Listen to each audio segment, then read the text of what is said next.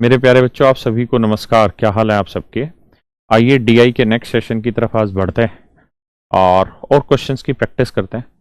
आपके सामने एक सवाल लिखा हुआ, आप पहले पढ़िए, फिर मैं इसे हिंदी में समझाता हूँ। The mark obtained by 273 examinees are shown by the frequency polygon. कहता है भैया 273 बच्चों ने ये पेपर दिया है कुल मिला के, है ना। और shown by the frequency polygon given that mean mark is 59.5 और कहता है कि जो औसत अंक है वो 59.5 है। ठीक है जी। उसके बाद वो कह रहा है कि जी study the frequency polygon and answer the given question. तो आंसर देते रहिए।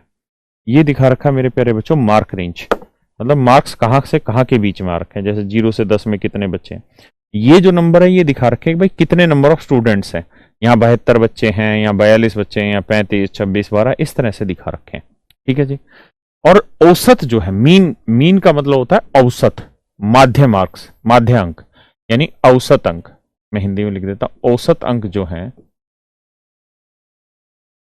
औसत अंक जो है मेरे बेटा वो है 59.5। औसत अंक क्या है मेरे प्यारे बच्चों? 59.5। 59.5 है ना। अब बात को समझिए ध्यान से, गौर से, फिर आगे बढ़े। तो देखिए मेरे बेटा, पहला सवाल लेते हैं। कितने परीक्षार्थियों ने औसत अंकों से अधिक अंक प्राप्त किए? कितने ऐसे स्टूडेंट हैं जिन्होंने एवरेज नंबर से ज्यादा नंबर लाए? तो मेरे प्यारे बच्चों देखते हैं भाई, एवरेज कितने थे? 59.5। तो इससे ज्यादा कितने थे? तो मेरे प्यारे बच्चों आप अच्छे से इस बात को जानते हैं, 59.5 भाई ये है 0 से 10 तक की रेंज। ये है 11 से 20, 21 से 30, 31 से 40, 41 से 50, 51 से 60, 61 से 70 और ये सब। हमें ये बताना है कि भैया 59.5 से ज्यादा कितने बच्चों के स्कोर रहे। 59.5 से ज्यादा, 59.5 से ज्यादा कितने बच्चों के रहे? तो भाई ये 59.5 यानी 51 से 60 के बीच में स्कोर था इन 42 बच्चों का, है ना।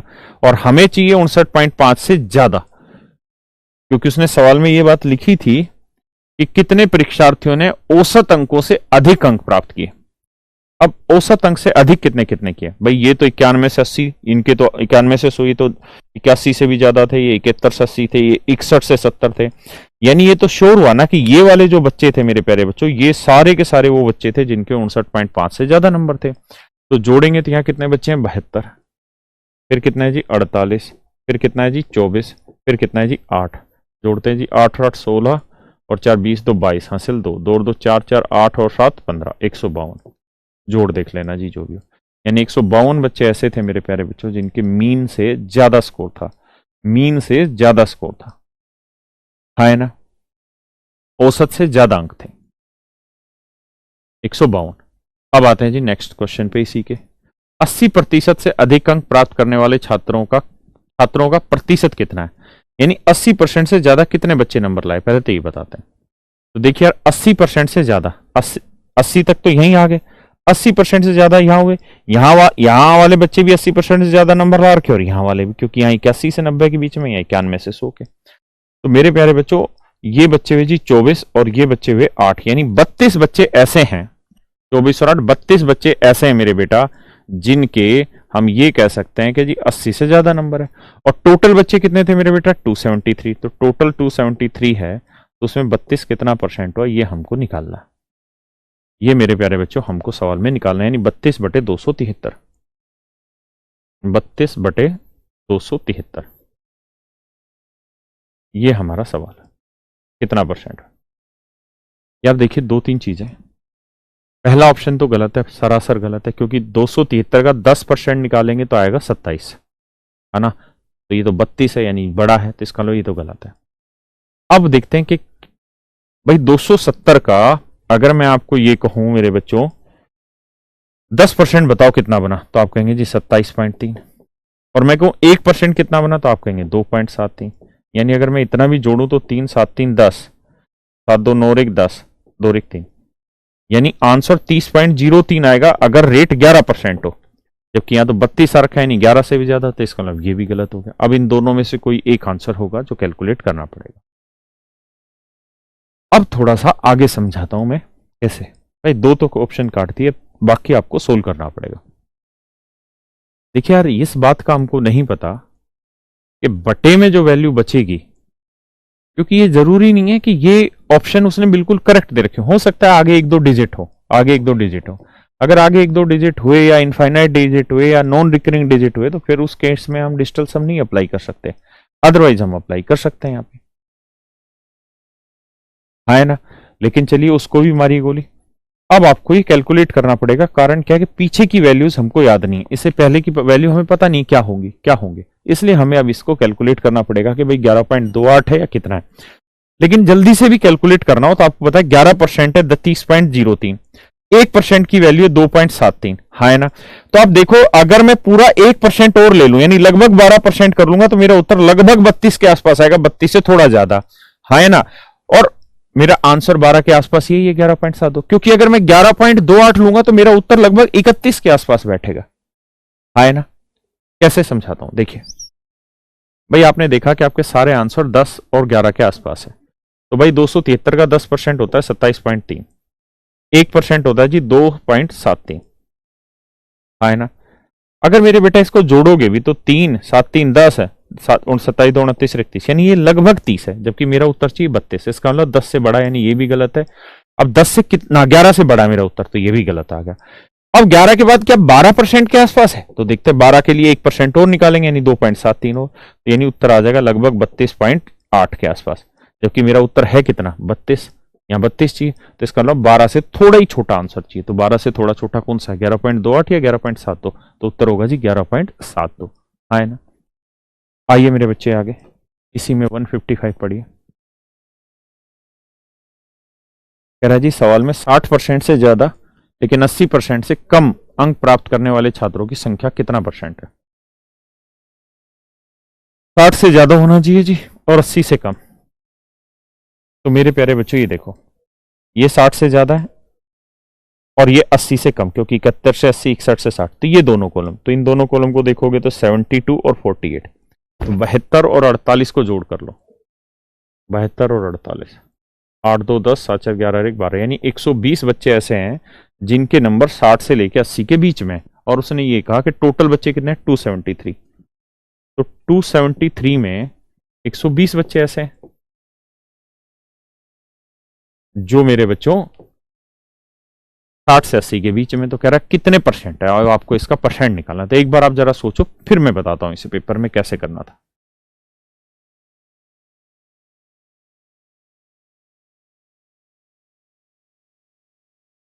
करो, बताओ, सोचो, दिमाग लड़ाओ।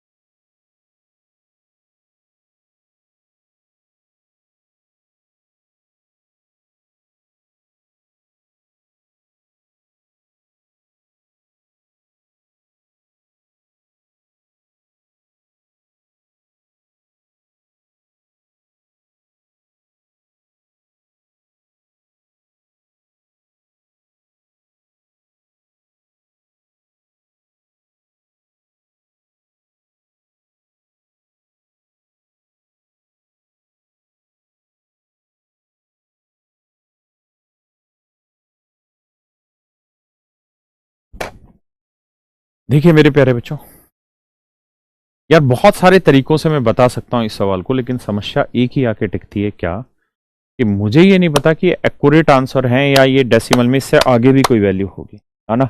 अदरवाइज तो मैं आपको मल्टीपल से सिखाता कि भाई 273 3 का मल्टीपल है, तो जो ऑप्शन 3 के मल्टीपल हो वो मेरे आंसर होंगे, लेकिन मैं ऐसा कह नहीं सकता क्योंकि मुझे पता नहीं है।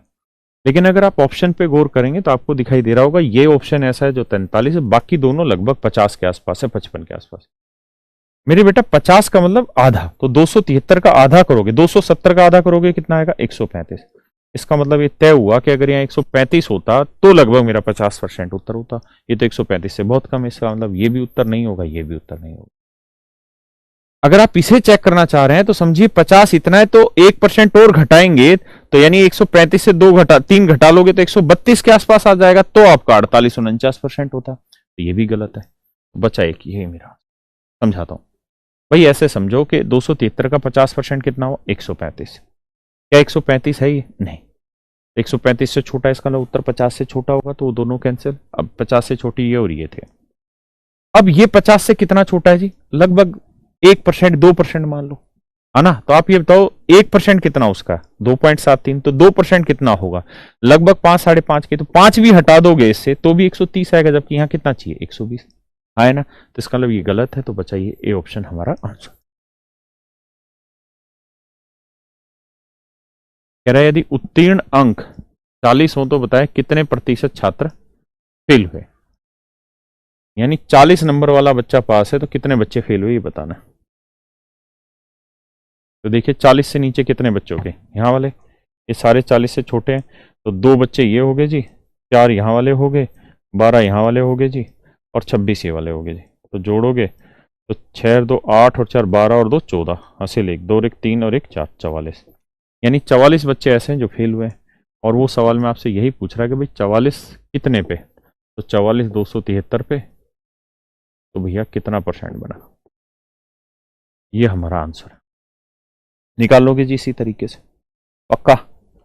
अब आगे बढ़ते हैं। चलिए बताइए इसका आंसर, बताइए एग्जैक्ट क्या होगा।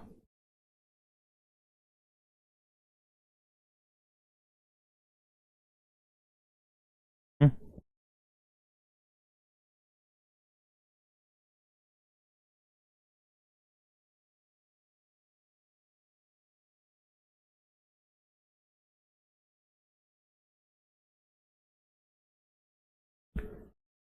देखिए मेरे बच्चों, आप कैलकुलेट कर सकते हैं, इसमें कोई दो राय नहीं है। एग्जैक्ट भी जाएंगे तो आपने देखा कि आपके आंसर मेरे बेटा 15% के आसपास है। इसके आसपास है, 15% के आसपास है। आए ना? एक सेकंड बताओ भाई।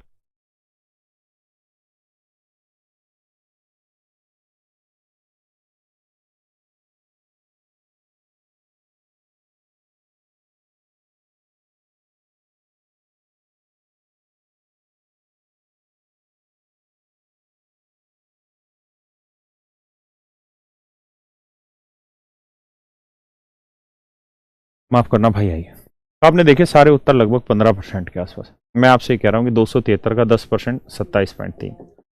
5% क्या होगा भाई? इसका आधा कर दो।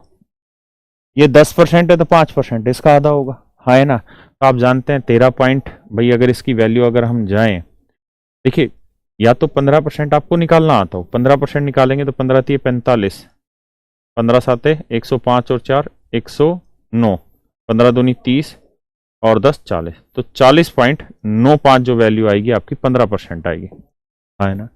अब मैं ये बात समझ रहा हूँ, मेरा उत्तर 15 से तो बड़ा है क्योंकि 44 है, हाँ है ना। इसलिए ये तो आंसर होगा नहीं। 1% इसका 2.73 होता है, वो भी जोड़ेंगे तो भी इसका उत्तर 43 बनेगा, जबकि मुझे चाहिए 44। यानी इसका जो उत्तर है मेरे बेटा 15 16 से भी बड़ा है। अब क्या 17 से भी बड़ा हो सकता है? नहीं, क्योंकि 1% इतना है तो 2% लगभग कितना बैठेगा? 5 के लगभग। तो 40 में 5 जोड़ेंगे तो उत्तर इससे बड़ा चला जाएगा। तो 17 नहीं हो सकता। तो फिर उस केस में आंसर आएगा मेरे बेटा कितना? 16.11। है ना, 16.11। क्लियर है जी मेरी बात? समझ पाए आप लोग? करिए जी अब इसको पढ़िए। ये एसएससी सीजीएल टायर 1 2015 का क्वेश्चन है। कहता है दिए गए ग्राफ में विभिन्न कंपनियों की मांग तथा उत्पादन को दर्शाया गया है, तो ग्राफ का अध्ययन करके बताइए उत्तर क्या क्या होंगे। मतलब ये कह रहा है कि भैया ये जो गोले हैं ये तो है प्रोडक्शन, और ये है जो स्क्वायर है या रेक्टेंगल जो बना रखा है ये है डिमांड, ठीक है जी। और ये लाख मेट्रिक टन की बात हो रही है, तो ये कंपनी है ABCD, ठीक है जी। अब उत्तर दीजिए। पहला सवाल, उत्पादन से अधिक मांग वाली कंपनियों और उत्पादन से कम मांग वाली कंपनियों का अनुपात क्या है? भैया उत्पादन ये है और मांग ये उत्पादन और ये मांग। तो उत्पादन से ज्यादा कितनी, प्रोडक्शन से ज्यादा कितनी कंपनियां? तो गोले से डिमांड कितनी ज्यादा है? तो गोले से डिमांड ये कम है ना। और ये यहां होगी भैया रेक्टेंगल, ठीक है। डिमांड ज्यादा चाहिए हमें, तो डिमांड एक यहां ज्यादा है एक कंपनी की, और भैया एक ये ज्यादा है 2। यानी A और D, ये दो ऐसी कंपनियां हैं जिनकी जो प्रोडक्शन है वो डिमांड से ज्यादा है, दो कंपनियां। अब मैं उन कंपनियों की बात करना चाहता हूं जिनकी प्रोडक्शन से कम डिमांड है। तो नेचुरल सी बात है, A B C D E F, छह कंपनियां, तो छह में से दो कंपनियों की प्रोडक्शन से ज्यादा डिमांड है, तो बाकी चार की प्रोडक्शन से कम होगी। आप चेक करना चाहें तो देखिए प्रोडक्शन नीचे कहां है, यहां है प्रोडक्शन नीचे, यहां है प्रोडक्शन नीचे, यहां है प्रोडक्शन नीचे और यहां है प्रोडक्शन नीचे। तो चार कंपनियों का प्रोडक्शन नीचे है डिमांड से। तो रेशियो निकालेंगे तो मेरे भाई 1:2 आपका आंसर। तो मेरे प्यारे बच्चों 1:2 आपका आंसर हो। अब आ जाइए 195 में। कहता है कंपनी बी की मांग कंपनी एफ के उत्पादन का कितना परसेंट है। बी की डिमांड लिखो भैया, बी की डिमांड और एफ का प्रोडक्शन, प्रोडक्शन। तो एफ का प्रोडक्शन देखते हैं भैया। तो एफ कंपनी यहां है, तो एफ का प्रोडक्शन ये रहा 4500 है। एफ का जो प्रोडक्शन है मेरे बेटा वो कितना है 4500। और बी की डिमांड कितनी है ये देख लेते हैं। तो डिमांड का मतलब रेक्टेंगल, तो बी कहां है, ये रहा। तो बी की डिमांड है जी 3150। बी की डिमांड है 3150, ये दिख रहा है ना रेक्टेंगल, और बड़ा कर देता हूं। तो बी की डिमांड है 3150। तो बी की डिमांड है 3150। अब वो ये कह रहा है कि बी की मांग एफ के उत्पादन का कितना परसेंट, यानी ये वैल्यू इसका कितना परसेंट। बेसिक कैलकुलेशन करके आंसर निकाल देंगे, आए ना। अब यहां आइए, कंपनी ए का उत्पादन कंपनी सी की मांग का कितना परसेंट है। तो भाई ए का तो प्रोडक्शन चाहिए और सी की डिमांड चाहिए। तो देखो यार, सी की डिमांड देख लो, तो ये रहा सी, डिमांड का मतलब रेक्टेंगल, रेक्टेंगल ये रही, आए ना। तो सी की डिमांड कितनी है जी 2600। सी की डिमांड है जी 2600। और ए का प्रोडक्शन चाहिए जी हमको। तो ए का प्रोडक्शन, प्रोडक्शन का मतलब रेक्टेंगल, तो ए का प्रोडक्शन, सॉरी सॉरी, ए का प्रोडक्शन, प्रोडक्शन का मतलब गोल। तो ए का प्रोडक्शन हुआ जी 1450। ए का प्रोडक्शन हुआ मेरे बेटा 1450। इसको सही कर देता हूं, ये रेक्टेंगल था यहाँ। ए का प्रोडक्शन चाहिए, तो ए का प्रोडक्शन हुआ जी 1450। ये हुआ जी 1450। तो सवाल में यही पूछ रहा है ए का प्रोडक्शन कंपनी सी का कितना परसेंट है। कर लोगे मेरे बेटा, बेसिक सा क्वेश्चन है ना भाई। 1450 बटे 2600 गुना 100, है ना। पढ़िए भैया, देखिए ये एग्जैक्ट ऐसे ही सवाल हैं पेपर के। कह रहा जी एसएससी सीपीओ 2016 का क्वेश्चन है ये। एवरेज प्राइस ऑफ पेट्रोल दे रखा है और एवरेज प्राइस ऑफ डीजल। भैया यहां गड़बड़ कर दी उसने, ये दोनों गोले सेम बना दिए, है ना। या तो रंग का भेद करना था उसको इसमें। एक बार मैं पढ़ लेता हूँ, गधे अपनी तरफ से विद्वान बन जाते। हाँ, ऊपर वाले में गोले खाली छोड़ रखे और नीचे वाले में गोले भर रखे हैं, उसने साले ने सब भर दिए।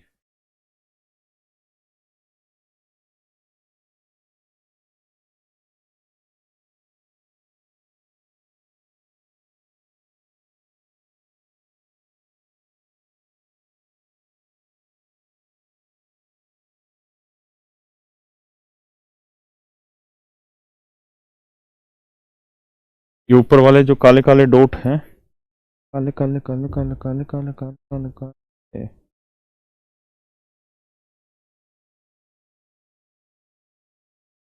ये एवरेज प्राइस पेट्रोल है। ये जो काले काले धब्बे बीच में आए ना, इसके ऐसे, और जो पूरा सर्कल है वो वाले हैं एवरेज प्राइस डीजल।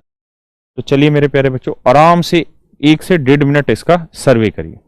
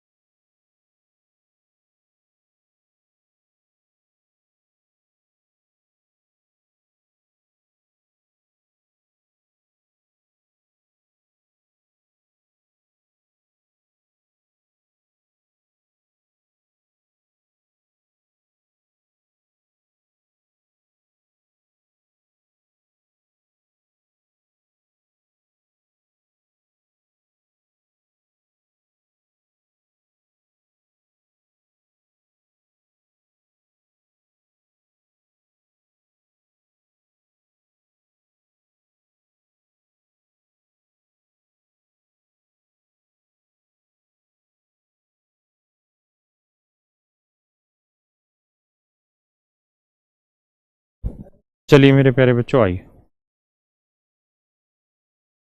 कहता जी 2004 और 2014 में पेट्रोल के औसत मूल्य में लगभग कितने प्रतिशत का अंतर है। 2004 2014, पेट्रोल पहले वाला ये वाला, 2004 है जी यहाँ, और 2014 है जी यहाँ। तो 2014 में पेट्रोल का रेट है जी मेरे भाई 73.70, 2014 में है जी 73.70,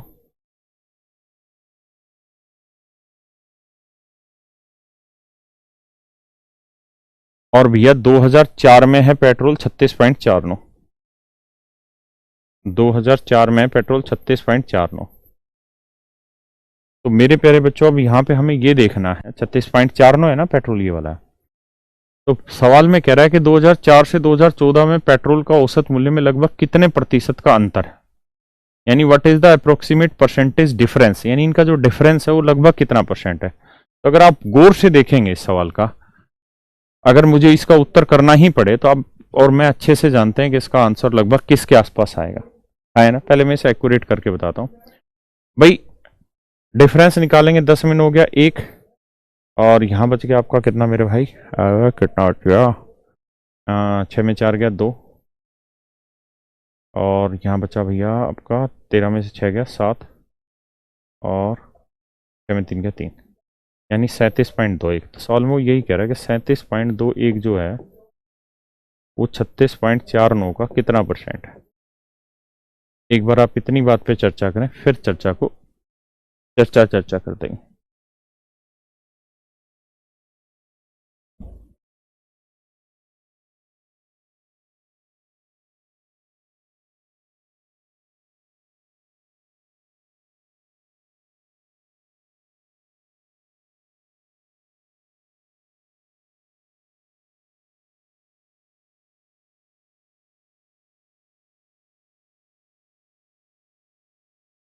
देखिए मेरे बच्चे, यहां से आप करके सवाल को डिटेल निकाल सकते हैं।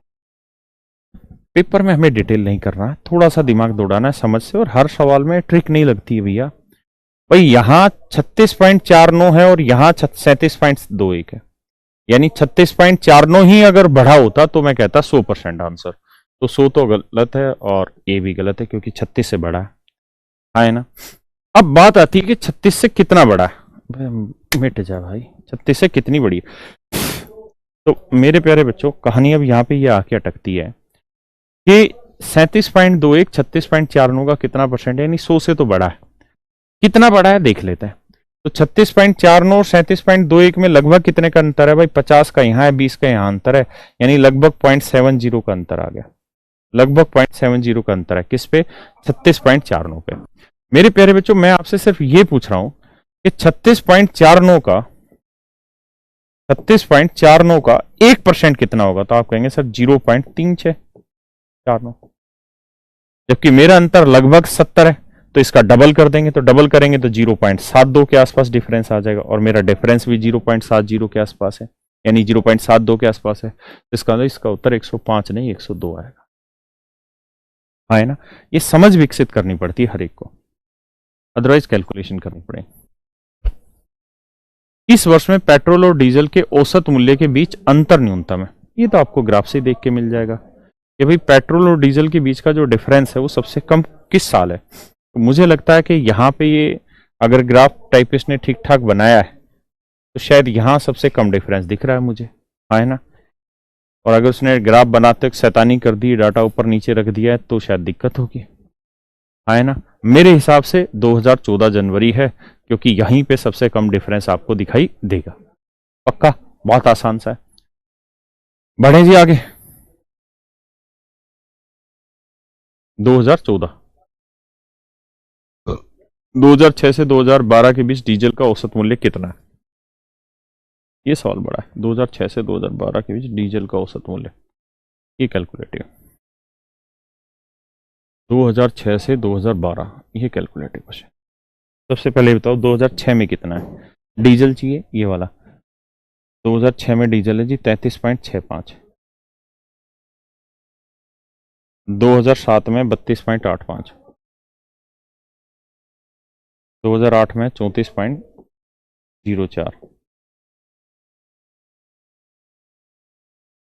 8 हो गए। 2009 में है 32.76। 2010 में है 38.51। 2010 में 38.51। 2011 में है 40.01 और 2012 में 43.47। मेरे प्यारे बच्चों, हमें इन सब का जोड़ निकालना पड़ेगा। करते हैं जी जोड़। 5 5 10 और 10 20, 20 और 1 21 और 1 22 और 7 29। हासिल 2 2 और 4 6 और 5 11, 11 और 7 18, 18 और 8 26, 26 और 6 32। हासिल 3 3 3 6 और 2 8, 8 और 4 12, 12 और 2 14, 14 और 8 22, 22 और 3 25। हासिल 2 2 और 3 5, 5 3 8, 8 3 11, 11 और 3 14, 14 3 17, 17 और 4 21, 21 और 4 25। यानी मेरे प्यारे बच्चों उत्तर आया 255.29। अब कितने सालों का है? 1 2 3 4 5 6 7। तो मेरे प्यारे बच्चों औसत का सूत्र होता है भाई, जितने डाटा है उनका सबका योग बटे में नंबर ऑफ डाटा। यही करते हैं। तो बटे 7 से भाग दे देंगे। तो 7 से भाग देंगे, 7 या 21 आएगा जी। बचा कितना यहाँ पे? 21 आएगा भैया। बचा 4 और 7 5 35, 7 6 42। बचा कितना जी? 3 और 7 चौक 28। बचा कितना जी? 4 और 7 7 49। यानी 36.47 आपका उत्तर होना चाहिए। तो देखिए जी 36.47 उत्तर है कहीं? ऑप्शन ए में। तो ये आपका डायरेक्ट आंसर। थोड़ा कैलकुलेटिव है लेकिन सवाल आसान है। चलिए मेरे प्यारे बच्चों, अब नेक्स्ट ग्राफ को पढ़िए। ये है एसएससी सीपीओ 2016 का। पढ़िए एक बार इस सवाल को।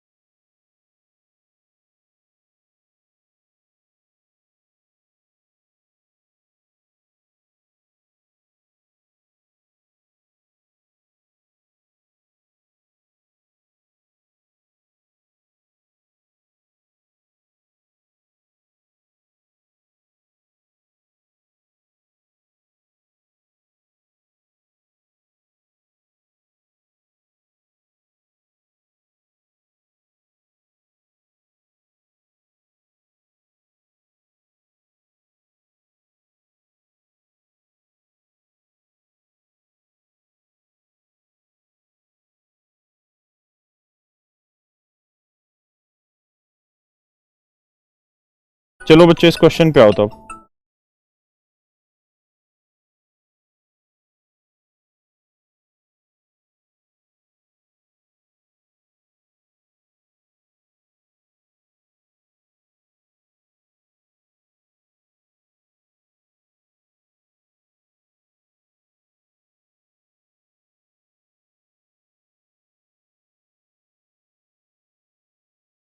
देखिए मेरे प्यारे बच्चों, निम्न में से किस वर्ष में जेड प्रकार के मोबाइल फोन की तुलना में वाई प्रकार के मोबाइल फोन का प्रतिशत उत्पादन अधिकतम था? किस वर्ष में? देखिए यार, किस साल में, देखिए तीन टाइपें दे रखी हैं। ये वाली लाइनें एक्स है, ये क्रॉस ये वाला वाई है, और ये वाला जो बिल्कुल गहरा कलर है ये है जेड। यानी मैं इसको साधारण शब्दों में कहूं तो पहले वाला हर एक में एक्स है, नहीं दिखाई देगा भैया, कलर दूसरा लगाना पड़ेगा। पहले वाला एक्स है, दूसरे वाला वाई है और तीसरे वाला जेड। पहले वाला एक्स, दूसरे वाला वाई और तीसरे वाला जेड। एक्स, एक्स वाई और जेड, एक्स वाई और जेड, एक्स वाई और जेड, ये तीन कंपनियां। तो सवाल पहला हमारा ये था कि किस साल में जेड प्रकार के मोबाइल फोन की तुलना में वाई प्रकार के मोबाइल फोन का प्रतिशत उत्पादन अधिक, यानी वाई का ज्यादा हो और जेड का कम हो, किस साल की बात है? तो वाई ज्यादा जेड कम। देखिए यहां वाई कम है, गलत हो गया। यहां वाई बराबर है, गलत हो गया। यहां वाई ज्यादा जेड से, बिल्कुल ठीक है। यहाँ वाई कम है जेड से, यहाँ पे वाई से। केवल 2010 ही में ऐसा है कि जहां वाई का उत्पादन जेड से ज्यादा है। तो मेरे प्यारे बच्चों 2010 हमारा सही उत्तर है ना। नेक्स्ट भाई, निम्न में से किस वर्ष में तीनों मोबाइल का कुल उत्पादन न्यूनतम है? किस साल तीनों मोबाइल का उत्पादन न्यूनतम है? देखते हैं जी, किस साल तीनों मोबाइल का उत्पादन न्यूनतम है? तो अगर मेरे हिसाब से देखोगे तो 2010 ही इसका उत्तर होगा, क्योंकि एक्स में इससे नीचे किसी और साल में उत्पादन नहीं है, वाई में भी इससे नीचे नहीं है, क्योंकि अच्छा वाई यहां है, वाई यहां है भैया, इसका मतलब और भी देखा जा सकता है, वाई यहां, जेड यहां।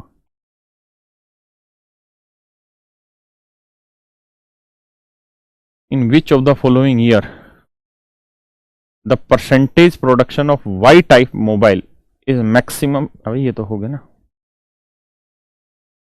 The total number of all the three types of mobile manufactured was least in which of the following year? किस साल में सबसे कम मोबाइल का उत्पादन हुआ? ठीक है, निकाल देते हैं। किस साल में सबसे कम मोबाइल का उत्पादन हुआ है? देखिए यार, सीधा सीधा आपका आंसर आ जाना चाहिए कितना, 2010। कारण बताता हूं क्यों। हम सिर्फ एक को कंपेयर करते हैं, एक्स को। भाई एक्स यहां 20 है, एक्स यहां 25 है, यहां सबसे कम है, यानी 2010 में एक्स सबसे कम है। एक्स का क्लियरिफिकेशन हो गया। यहां पे भी एक्स ज्यादा है, यहां पे भी एक्स। अब आते हैं वाई पे। वाई 2008 में लगभग 22 है, यहां बहुत ज्यादा है, यहां 25 है, यहां वाई की वैल्यू 25 है जी। और भैया यहां वाई की वैल्यू आपकी 15 है, इधर 15 है, ठीक है। लेकिन एक्स का डिफरेंस बहुत बड़ा आ जाता है वहां पे, क्लियर है जी। और फिर जेड का डिफरेंस बहुत बड़ा आ जाता है। तो मेरे प्यारे बच्चों सिर्फ 2010 ही एक ऐसा साल है जहां पे तीनों कंपनियों का जो टोटल प्रोडक्शन, यानी तीनों 2008, 2009, 2010, 2011, 2012 में अगर तीन हर एक साल में अगर X plus Y plus Z निकालेंगे तो सवाल में पूछ रहा है किस साल सबसे कम होगा, तो 2010 में ही मेरे प्यारे बच्चों सबसे कम मिलेगा, यानी साल 2010 बिल्कुल आपका ठीक है। 2010 बिल्कुल ठीक है। कहता है 2009 से 2010 में से वर्ष तक बनाए गए जेड प्रकार के मोबाइल की संख्या में कितने प्रतिशत की गिरावट हुई? 2009 से 2010। जी जी, 2009 यहां है बेटा। जेड मोबाइल कितने थे जी? 30। जेड के मोबाइल कितने थे? 30। यानी 2009 में जेड टाइप के मोबाइल थे 30, आए ना, हजारों में लगाओगे तो 30,000। जबकि 2010 में जेड टाइप के जो मोबाइल थे वो आपके थे 20। तो कितने की गिरावट हुई जी? 10 की। 10 की गिरावट 30 पे, यानी 1/3, यानी 33 सही है, 1/3% की गिरावट हुई। 33 से 1/3 यानी 33.33% की मोबाइल के उत्पादन में गिरावट हुई है जेड प्रकार के फोन में 2009 से 2010 में। The slope of the given line is, इसको भी समझाते हैं, ये की सवाल है क्या इसमें? हाँ, पहले इसको आइए, करिए जी।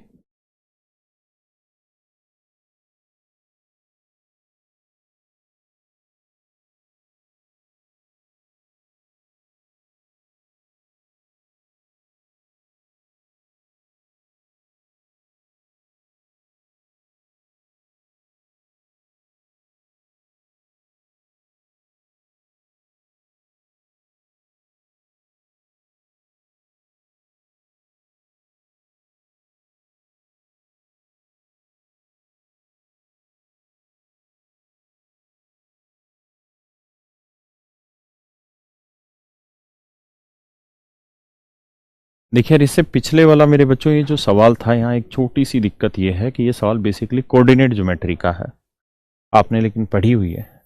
ये आपका वाई एक्स एक्सिस है, ये आपका वाई एक्सिस है, और कहता है जी ये एक लाइन है, ये वाली एक लाइन है, ऐसी इधर की वाली एरो वाली लाइन, हाँ है ना। तो ये बात तो तय है मेरे बेटा कि ये वाला जो एंगल है ये थीटा है, तो थीटा की वैल्यू हर हाल में 90 डिग्री से बड़ी है। थीटा की वैल्यू 90 डिग्री से यहाँ पे बड़ी है ना।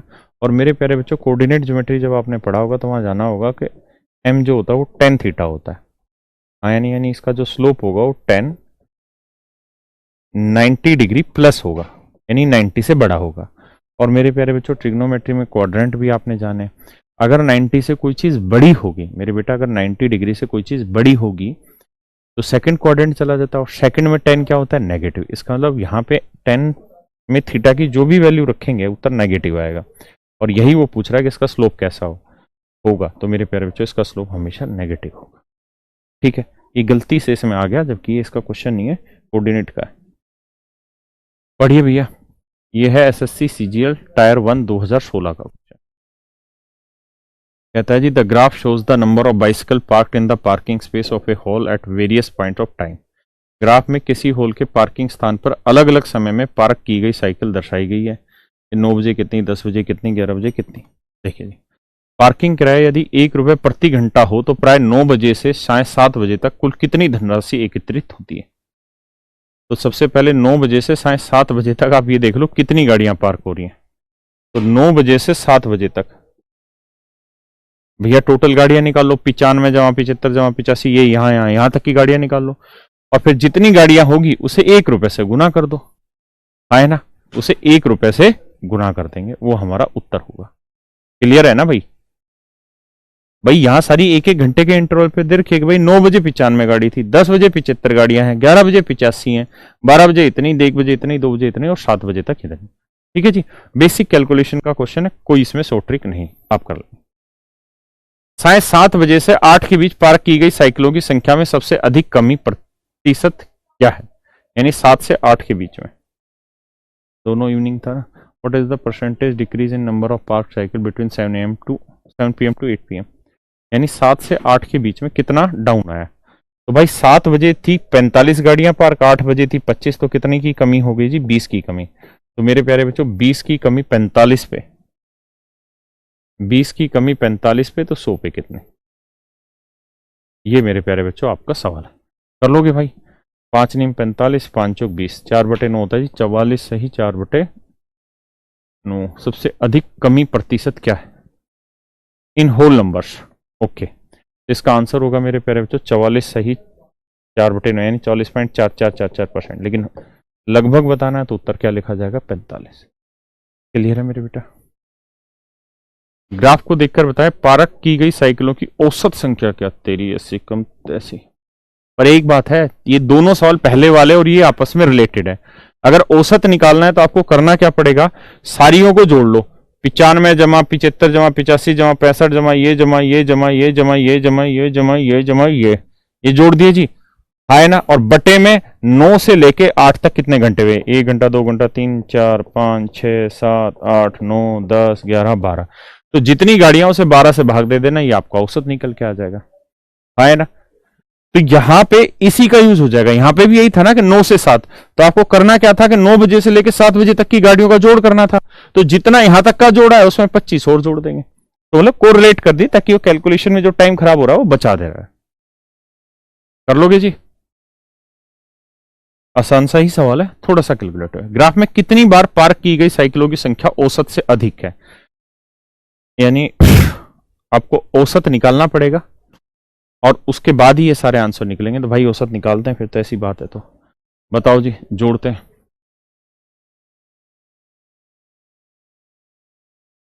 देखिए जी कैसे जोड़ा जाए।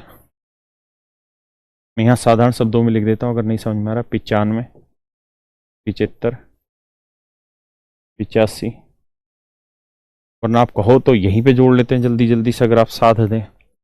1 2 3 4 5 6 7 8 9 10 11 12।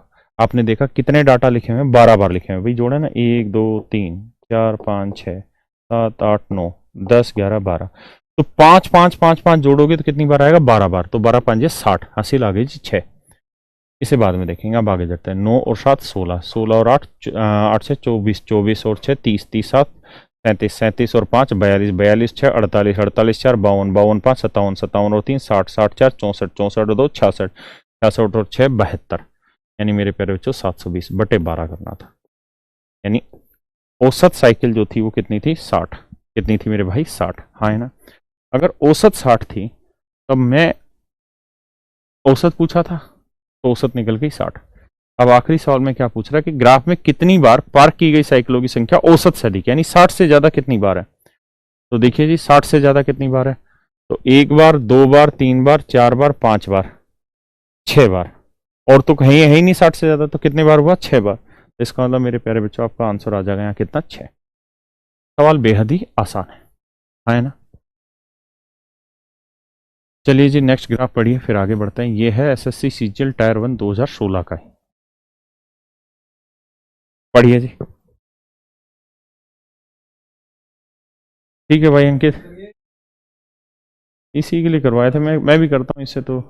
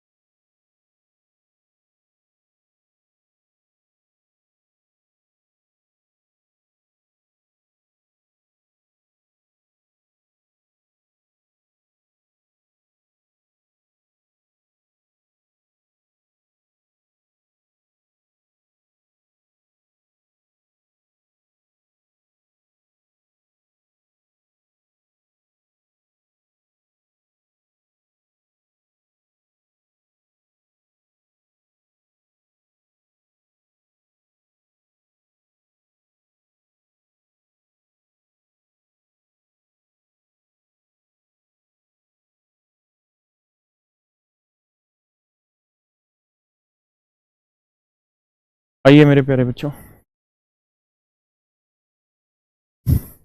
बार ग्राफ का अध्ययन कीजिए और निम्नलिखित प्रश्नों के उत्तर दीजिए। ग्राफ में 6 पर्वत शिखरों की ऊंचाई दर्शाई गई है, दिखा दीजिए। तो कह रहा है भैया ABCDE है, ऊंचाइयां दिखाई हुई है। कहता है ग्राफ में 6 पर्वतों की ऊंचाई दिखाई, सभी शिखरों को औसतन ऊंचाई क्या है। देखो मेरे भाई, कुछ नहीं, टाइम पास है सवाल, ये कैलकुलेशन आपको बैठानी पड़ेगी, सबका जोड़ करना पड़ेगा, फिर 6 से भाग देगा और आगे भी इससे सवाल रिलेट करा देगा ना। तो 5 और 5 10 और 8 18, 18 और 6 18 और 6 हो गया जी 24, 24 और 2 26, हासिल होगी जी 2।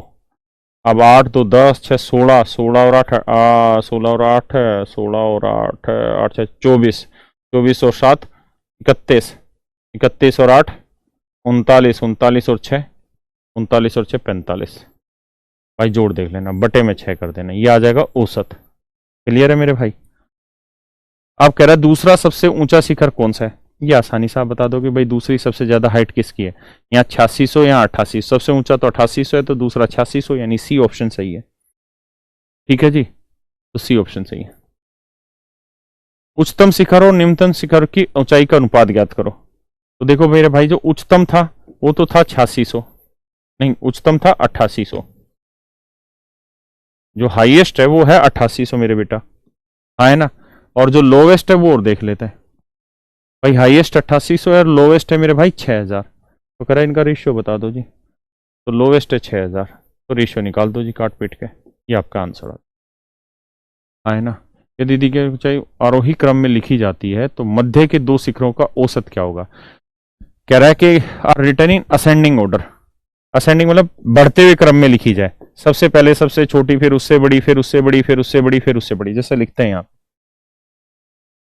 देखिए जी, बढ़ते हुए क्रम में अगर आप लिखोगे इसे, तो सबसे पहले लिखना 6000, फिर लिखोगे 6500, फिर लिखोगे 7500 मेरे भाई, फिर लिखोगे आप 8000 ना 8200, फिर 8600 और फिर मेरे बच्चे 8800। तो कह रहा है जी जो बीच के हैं दो, तो भाई बीच की दो तो ये बना, इनका औसत बताओ। तो यानी 7500 जमा 8200 बटे 2, ये आपसे जानना चाह रहा है, हाँ है ना। कर लोगे जी। ग्राफ में 6 पर ये तो हो ही गया। अब आ जाइए जी इस पे, ये भी टायर 1 का क्वेश्चन है 2016 का।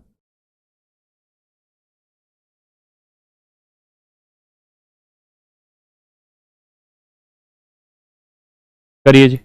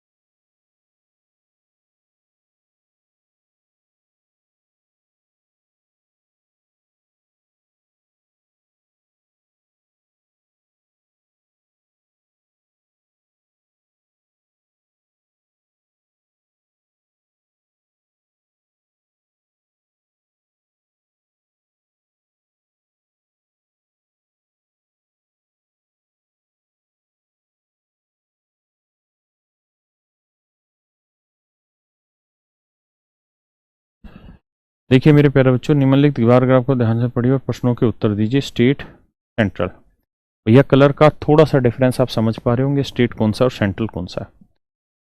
ठीक है जी, ये देखा एनरोलमेंट थाउजेंड्स में और ये ईयर है। पहला सवाल पढ़ते हैं जी।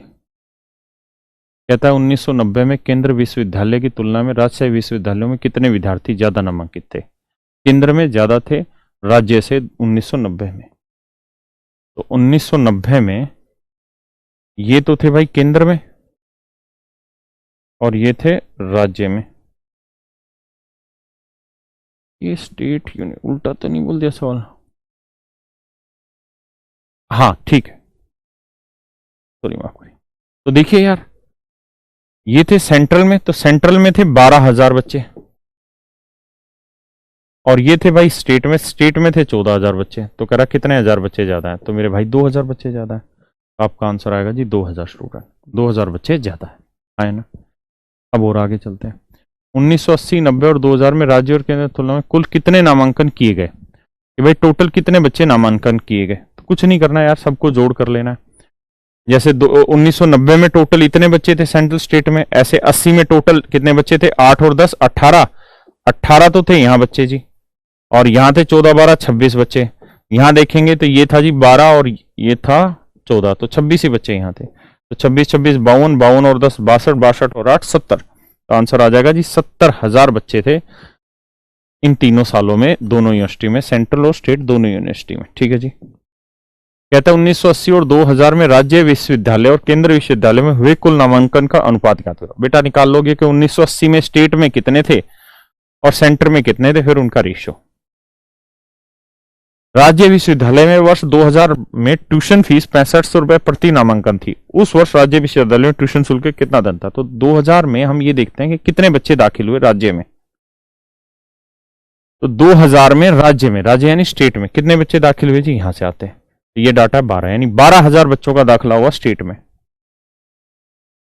तो 12,000 बच्चों का दाखिला हुआ भाई स्टेट में 2000 में, और हर एक बच्चे की फीस थी 6500। तो गुना कर देंगे, ये हमारा आंसर आ जाएगा मेरे प्यारे बच्चों। ये मेरे प्यारे बच्चों हमारा सही उत्तर है। चलिए जी पढ़िए अगले ग्राफ को।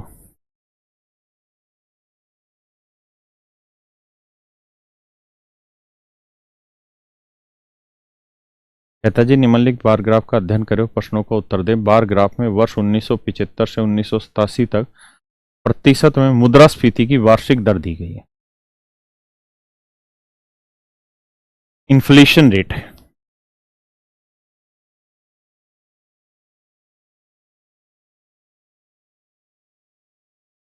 और वर्ल्ड में क्या क्या थी भैया 75 और 87 में, उसका डेवलप्ड नेशन में कितनी थी, थर्ड वर्ल्ड में कितनी थी, यूएसए में कितनी थी और यूके में कितनी थी, ये यहां पे चर्चा है। अब कह रहा जी 1975 से 87 के बीच तीसरी दुनिया के देशों में मुद्रास्फीति की दर में लगभग कितनी वृद्धि हुई। तो थर्ड वर्ल्ड है ये रहा, है ना। तो 75 में था भाई 26.6 और 87 में हुआ 36.2।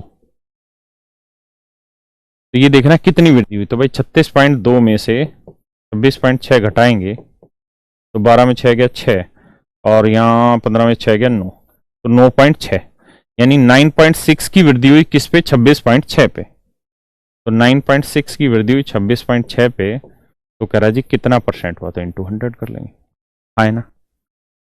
बोलो जी। अब बात आती है कि ऑप्शन से। देखिए यार, ये दोनों तो कतई भी ऑप्शन नहीं हो सकते, ना ये हो सकता ना ये हो सकता, क्योंकि 26 का 2 गुना करोगे तो 52 यानी 5.2 आएगा, 3 गुना करेंगे तो 26 थी 78 होता है, 7.8 के आसपास उत्तर आना चाहिए था, यानी ऑप्शन डी ही हमारा सही उत्तर है ना। कहता मुद्रास्फीति के परिवर्तन की निम्नतम दर इनमें से कहां थी, यानी जहां सबसे कम चेंजेज हुए किस जगह पे थी। ये बहुत भयंकर सवाल है, ये लग आपको आसान रहा है लेकिन ये भयंकर सवाल है। आइए जी समझते हैं। अच्छा, कंपैरिजन 4 में करवाया ना इसने, क्योंकि 4 ऑप्शन है, developed nation, world, UK, third world. यानी डेवलप्ड नेशन है, यूएसए नहीं ले रखा है इसने इसके अंदर, ठीक है। आइए मेरे बच्चों, भाई थर्ड वर्ल्ड हो गया, यूके हो गया, वर्ल्ड हो गया और डेवलप्ड नेशन हो गया। हमें यह बताना है कि किस साल जो मुद्रास्फीति की वार्षिक दर थी उसमें जो प्रतिशत परिवर्तन था वो सबसे कम किस में था। यही सवाल था ना कि भाई सबसे कम किस में था, सबसे कम मेरे बेटा किस में था, ये पूछा हुआ है। निम्नतम दर इनमें से कहां थी? तो देखिए मेरे बेटा, बहुत भयंकर सवाल होगा ये। भाई पहले वर्ल्ड पे आते हैं, 14.6 से 16 हो गई, तो 14.6 से 16 हो गई, मतलब कितने का इंक्रीज हुआ? 1.4 का। तो 1.4 का इंक्रीज हुआ मेरे भाई किस पे? 14.6 पे। अब आते हैं जी डेवलप्ड नेशन पे, 11.8 से 14.2 हो गया, तो 14.2 हो गया, तो मतलब 2.4 का इंक्रीज हुआ होगा।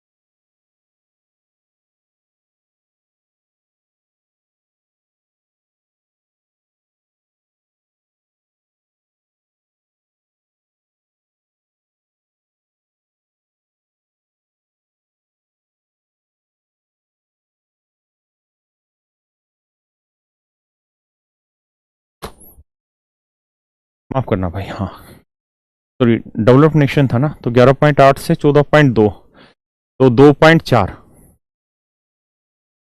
2.4 हुआ ना भाई। हाँ, 4 8 12 और 11 2 13, ठीक है। अब है जी थर्ड वर्ल्ड। थर्ड वर्ल्ड में तो वैसे ही बहुत है, 26.6 है बेसिक, और वो बढ़ के कितना हुआ है जी? 36.2। तो ये तो अभी हमने किया ही था, 36.2 में से 26.6 घटाओगे तो ये बचेगा भाई 9.6, है ना? हाँ, ये तो अभी हमने किया ही था। अब बच गया यूके। यूके लास्ट वाला 21.7 से 23.5 हो रखा है, तो इसका मतलब 1.8 का इंक्रीज होगा। 8 7 15 21 22 23.5, ठीक है। अब वो ये कह रहा है किस में सबसे कम परिवर्तन हुआ है। देखिए मेरे बच्चों, अगर आप यहां गौर से देखेंगे इन डाटाज को, तो भाई 11 का या 12 का, ये 12 का 2.4 लगभग कितना परसेंट हो गया जी? 20% के आसपास। यहां देखेंगे तो 26 का लगभग 10, ये तो काफी परसेंट हो गया, यानी ये लगभग लगभग हो गया आपका 36% के आसपास हो गया। अभी किया भी था ये, बचे ये दो। तो मेरे प्यारे बच्चों एक बात तो, 21 पे कोई 21.7 पे कोई वैल्यू 1.8 होना और 14.6 पे 1.4 होना, कौन सा छोटा रिजल्ट देगा? कौन सी बात छोटी होगी? तो मेरे प्यारे बच्चों आप ये बताओ, सीधी सीधी एक बात समझा के देखो, 14.6 का 10% कितना होगा? तो आप कहेंगे 1.46, और 1.46 इसके बराबर है, यानी ये लगभग 10% के आसपास है। जबकि यहां बात करें तो 21.7 का 10% क्या होगा? 2.17, लेकिन ये तो 2.17 से छोटा है। इसका मतलब यहां वाला जो रिजल्ट है ये 10 से बहुत छोटा होगा, 10 से बहुत छोटा होगा। यानी यूके वाली जो कंट्री है, यहां पे जो परसेंटेज ग्रोथ है वो सबसे लोवेस्ट थी, परसेंटेज ग्रोथ सबसे लोवेस्ट थी इन्फ्लेशन की। तो हमारा आंसर यूके वाला हुआ। समझ गए ना? हमने रेट हल्का हल्का अंदाजा लिया। भाई ये 12 भी होता तो 12 दूनी 24, यानी 20% था। ये तो 36% किया भी था हमने इससे पहले। ये वाला जो सवाल था 36% इसी डाटा पे तो था ही, हाँ है ना? अब बचे ये दोनों, तो मैंने कहा कि 14.6 का 10% 1.46 होता है, ये 1.4 है, तो यानी लगभग 10% आंसर है। जबकि यहां वाली बात करें तो इसका 10% 2.17, लेकिन ये 2.17 से तो बहुत कम है, इसका उत्तर 10% से भी कम है, तो आंसर सबसे कम वाला यूके, हाँ है ना मेरे भाई?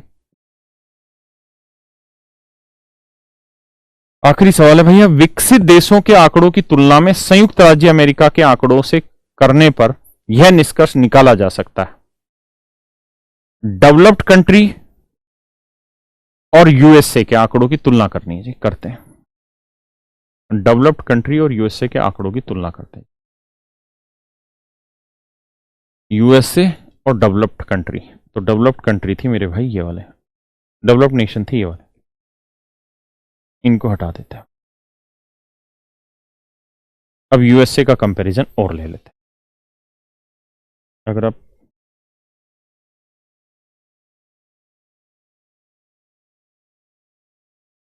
क्योंकि मेरे प्यारे बच्चों अब हमें जो कंपैरिजन चाहिए वो डेवलप्ड कंट्री और यूएसए का चाहिए। तो ये तो था डेवलप्ड नेशन, आए ना, या डेवलप्ड कंट्री। अब हमें चाहिए यूएसए। तो यूएसए का कंपैरिजन करोगे तो यूएसए में 10.3 से 12.7 हुआ है। 10.3 से 12.7 हुआ, यानी कितना ग्रोथ हुआ मेरे बच्चे? तो ये हुआ 2.4 का ग्रोथ, है ना। और अगर इसकी बात करें तो ये लगभग कितना परसेंट बना? तो मेरे बच्चे ये 20 से ज्यादा बन गया, 20% से ज्यादा बन गया। ये 20% से कम बना। यानी हम ये कह सकते हैं कि यूएसए में जो इन्फ्लेशन रेट है वो ज्यादा है और डेवलप्ड नेशन में इन्फ्लेशन रेट कम है ना। क्योंकि 12 होता तो इसका 20% इतना आता। हो ये तो 12 से कम है, तो ये भी 20 से ज्यादा आएगा। सही कह रहा हूं, ये भी 20 से ज्यादा आएगा। और यहां बात करें इसका 20% निकालें 10 का तो 2 आता और 2.6। भाई 10.3 का 20% निकालेंगे तो 2 तिया 6। और भाई क्या करवा रहे हो तुम मुझसे? 10.3 का 20% निकालोगे, 1 0 ये वाली है। तो देखिए जी 2 तिया 6 0 2.06, यानी ये भी 20% से ज्यादा आ रहा है। मतलब कैलकुलेट दोनों ही करने पड़ेंगे कितना कितना परसेंट ग्रोथ कर रहे हैं। लेकिन कोई नहीं, पहले एक बार ऑप्शन देखते हैं, ऑप्शन में क्या चाह रहा था वो।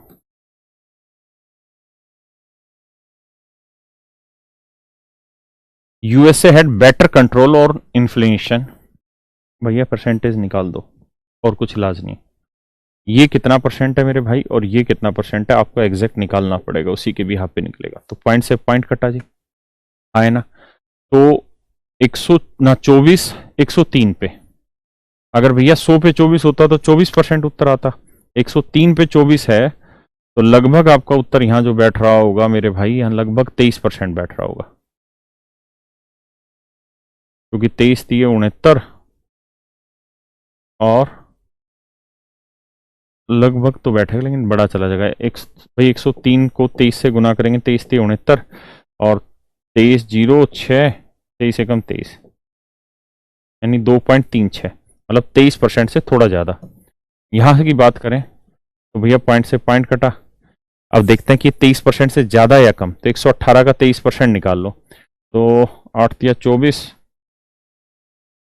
या कट रहा 8 1 9 1 10, नहीं कट रहा, 2 से काटते हैं। 2 50, 2 5 10, 2 9 18 59 और 2 12 24। ठीक है, यहां से निकालते हैं।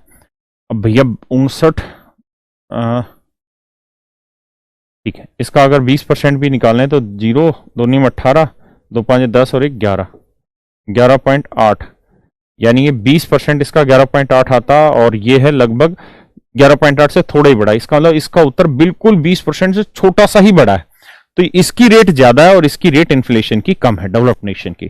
तो अब सवाल पढ़ते हैं, कह रहा है कि USA had better control on inflation. नहीं, गलत। यूएस इन्फ्लेशन का मतलब होता है महंगाई दर, यानी यूएसए में जो महंगाई दर है वो ज्यादा है। Developed nation had better control on inflation, ये बिल्कुल बात सही है, क्योंकि डेवलप्ड नेशन जो था उसकी जो ग्रोथ रेट थी इन्फ्लेशन की, यानी महंगाई की, वो कम थी। किससे? यूएसए से। यूएसए की 23% से ज्यादा थी, इसकी लगभग 20% से ज्यादा है। तो इसका मतलब मेरे प्यारे बच्चों, सवाल का उत्तर ये हुआ कि डेवलप्ड नेशन में महंगाई दर कम है जबकि यूएसए में महंगाई दर ज्यादा है।